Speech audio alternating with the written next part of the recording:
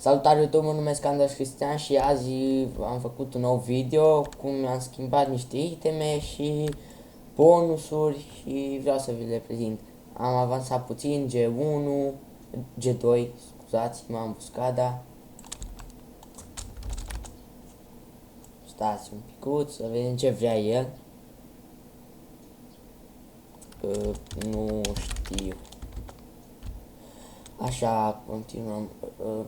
Vreau să vă arăt papucii care am făcut tot eu, am farmat mult. Nu sunt prea străluciți, dar e un PVM hard și zic că merge.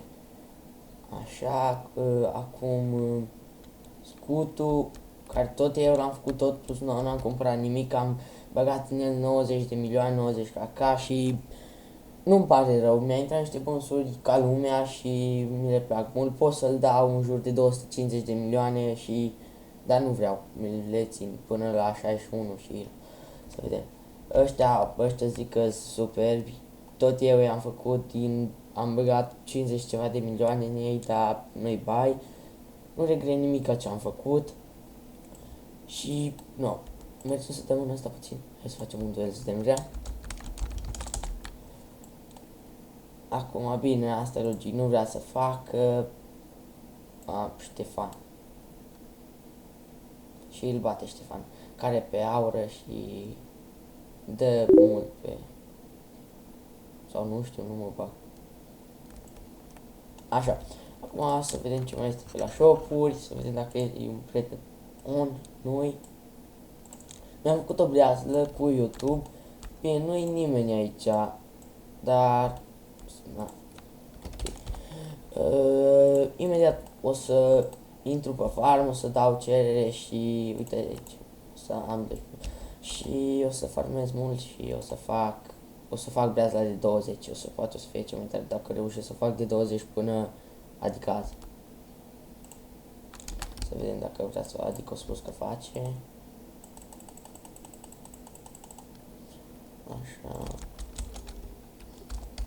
Ok, fără asta. Așa.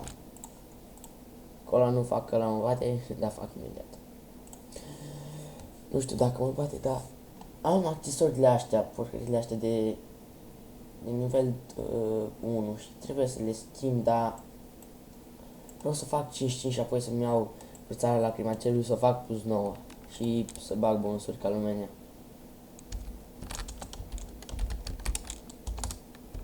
Scuze.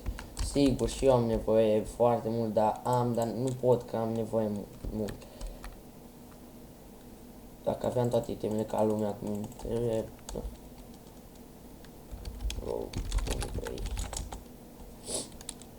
Așa, să vedem. Wow, m-a prins unul. Gata. Nu, n-are șanță băiatul. Și nu am prins pe Ruslan.